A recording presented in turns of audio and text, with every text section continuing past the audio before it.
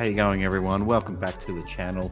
Now, this video is an opportunity for me to talk about what I think happened on the Brownlow Medal night, what I think should change. I should say off the top, I'm in the camp of I think we could do things better. Now, you might be in the camp of don't touch it, leave it alone. Umpires know best. Let's just leave tradition. That's fine. And I think about 25% of you are in that boat as well. There's another few. There's probably half of people are out there like, if you've got a better idea, let's hear it.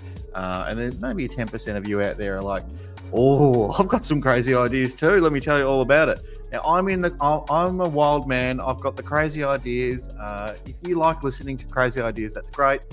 If you don't like listening to crazy ideas and you're likely to rage out at this, that's great as well. I welcome all feedback. That's good. But you might just like to switch off. That's fine as well. You go, what is this guy railing on about? That's fine.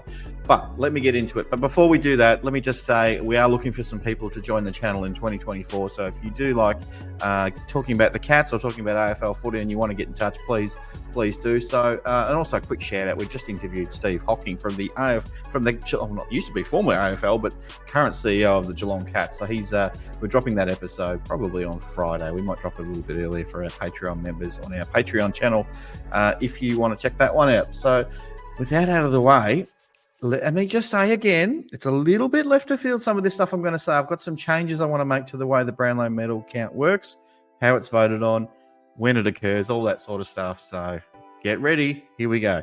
All right. So the first thing I want to look at is I want to bring it back to, or not bring it back, but treat it a bit like how we treat the Norm Smith medal voting on grand final day. I would like to keep the umpires involved to an extent, but only just have one umpire vote.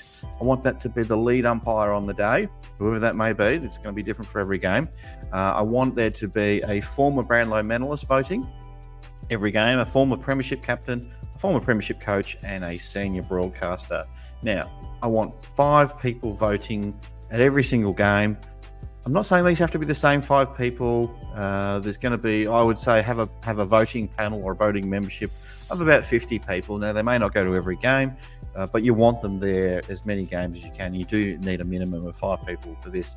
I think you need to have 5 people voting on it, not just the umpires, but I don't want to lose that umpire voice, that people in the middle of the ground that see that 360 view of what's going on, hearing all the things, and maybe we're only seeing what we're seeing from the TV, or we're our position in the stand, which is maybe 100 meters away.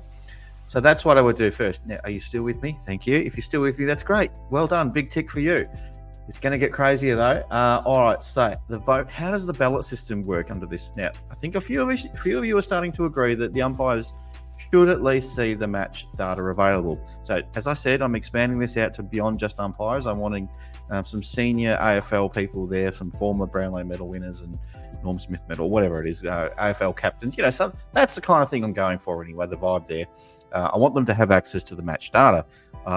Clearly, we want the votes to be done pretty much close to within the game. So I'm saying within an hour game. It's pretty much how it occurs now anyway.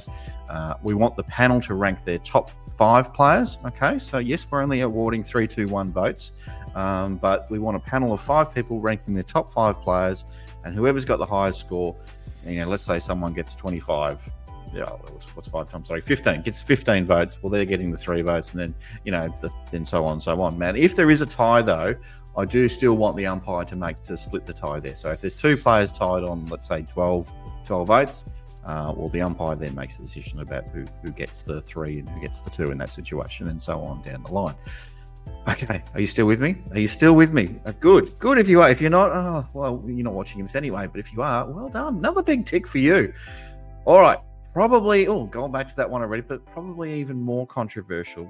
And this is where I'm sure I'm not going to get much agreement at all from anyone. I think we need to change when we hold the Brownlow Medal. Now, I don't like the idea of the bye round, pre-finals bye occurring straight after the home and away. I much prefer it after the prelim. I probably don't want to buy at all, but if I think I can understand the reason why we have the bye. If we're going to have a bye, let's have it after the prelims, just in case anyone gets concussed or has a little niggle and needs a 14-day recovery, whatever it is. They've got plenty of time to do it. So I would like to have the Brownlow Medal night held on the Friday night during the pre-grand final bye.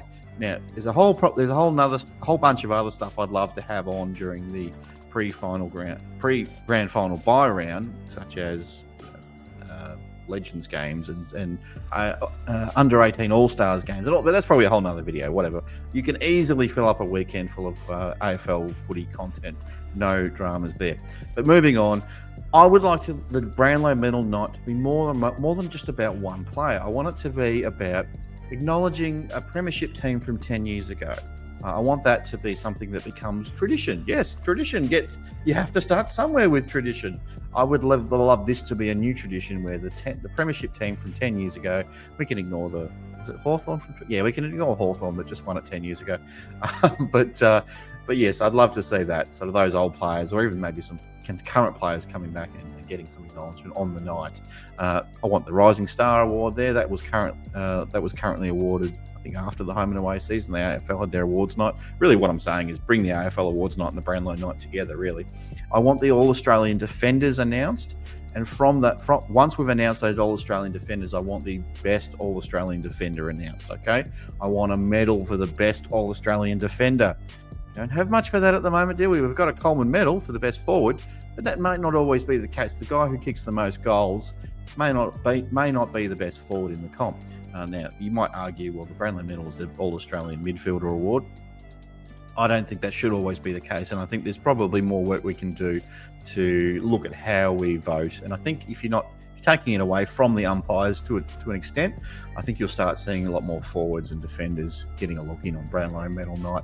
I think that's the way to go. So yes, a medal, All-Australian jackets for the defenders, the midfielders, the forwards. Announce them separately. Have a best defender, best midfielder, best forward medal, similar to what you do in other sort of awards nights, cricket and so forth.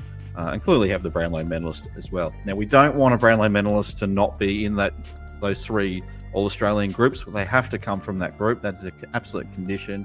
You can't be awarding someone the Brownlow medal that's not also an All-Australian. So let's just, let's just sort that out once and for all. So I think that's what we need to do. Let's make the night more about just the Brownlow medalist. Let's make it a tradition to acknowledge some other important AFL people, the premiership teams, the Rising Stars. Let's get the All-Australian defenders in there. Let's get as many people in the room as we can. And the other reason I want it on the Friday night, which is like 8 days from when the grand final is, I think you got much more chance of forcing the AFL players from interstate teams to come along to the night. And then you can do things like, let's have the grand final parade on the Saturday morning. Hell, heaven forbid you'd have it on an actual weekend through when the kids can go to the game and all that sort of stuff. It's the day off on the grand final Friday or whatever, but who knows if that's always going to be there. But let's get everyone who's come from interstate who can actually participate, get some players to go on the grand final parade, and it's all done, and then the players can just worry about getting back to their home state if they're not from Victoria. I mean, you don't even have to have the grand final in Victoria. There's no rule that says you got to do that, but that's the way it is. Now, okay, another big one is with the Brownlow. Who's eligible for the Brownlow? Okay, so this is probably the most controversial slide that I'm going with here, and I do need to probably give some detail about what I'm talking about here. So I'm saying that players are ineligible for All-Australian and a Brownlow medal only if they receive a Category 3 penalty. What the hell is a Category 3 penalty? Well, there isn't one at the moment. I'm just saying we should look at the whole tribunal system, match review panel, all that sort of stuff. But I'm saying, really what I'm saying here, to keep it simple, is saying this is the real serious sort of penalty stuff, the real serious crimes that an AFL player might do, like a Barry Hall clocking Brent Staker in the head with a round arm, that kind of thing where, we've got to rule this out. Or someone who's really brought the game into disrepute, off the field or something like that. I don't think we should be awarding Brownlow medals for that. But it also could be if someone gets suspended for more than 3 games in a single season for multiple offences. It may not be a thug act that they've committed, but it's something that's, hang on, you keep doing this. Like, you've got to pull your head in. But I don't want Brownlow medals going to those people. I don't want people missing out on a Brownlow medal because of a 1 week suspension for something that's considered, you tackled him into the ground. It was like, hang on, like, you could have ruled that either way. Is that really worth missing a Brownlow medal for? I don't know. But I do think that these Category 3 penalties, and again, it's probably another video, but all I'm really saying is it's the real serious end of the stuff. I think these should be issued by the AFL, and I'd probably just do away with the the match review officer and all that sort of stuff. Just leave it up to the AFL executive to look at it and go, yep, we don't like that. It's not a good look for our game, and we're making a call. Now, look, as a player and as a club, you can still appeal that decision. You've still got that right to do that. But I think every other Category 1, Category 2, as I said, I'll do a separate video for what I'm talking about there. But I think you get the sense of what I'm talking about there. Now, if you've managed to stay with me through the whole video, we're about 11 minutes in here. Well done. Congratulations. You are fantastic. Maybe you want to think about shouting us a coffee. That'd be great. It's $2 each. You don't have to, but if you like what we're doing here at The Hoop Show, we'd love you to give us a little bit of a pat on the back if you can. That'd be great. I think the link's in the comments below as well. Anyway, is that too crazy for you? Have you just vomited all over your keyboard watching this, or your laptop, or your iPad or your iPhone? Do I need to go and have a lie down? Maybe I do. Maybe I need to have a lie down, have a think about things, come back and in a week's time and go, what was I doing? What was I doing? Anyway, look, that's been me for another episode. Thank you for watching as always. Don't forget to like and subscribe and comment below. And again, especially if you like what the video is about, or if you don't like what the video is about, either way, it doesn't really matter. Just let us know. Give us some feedback. That'll be fantastic.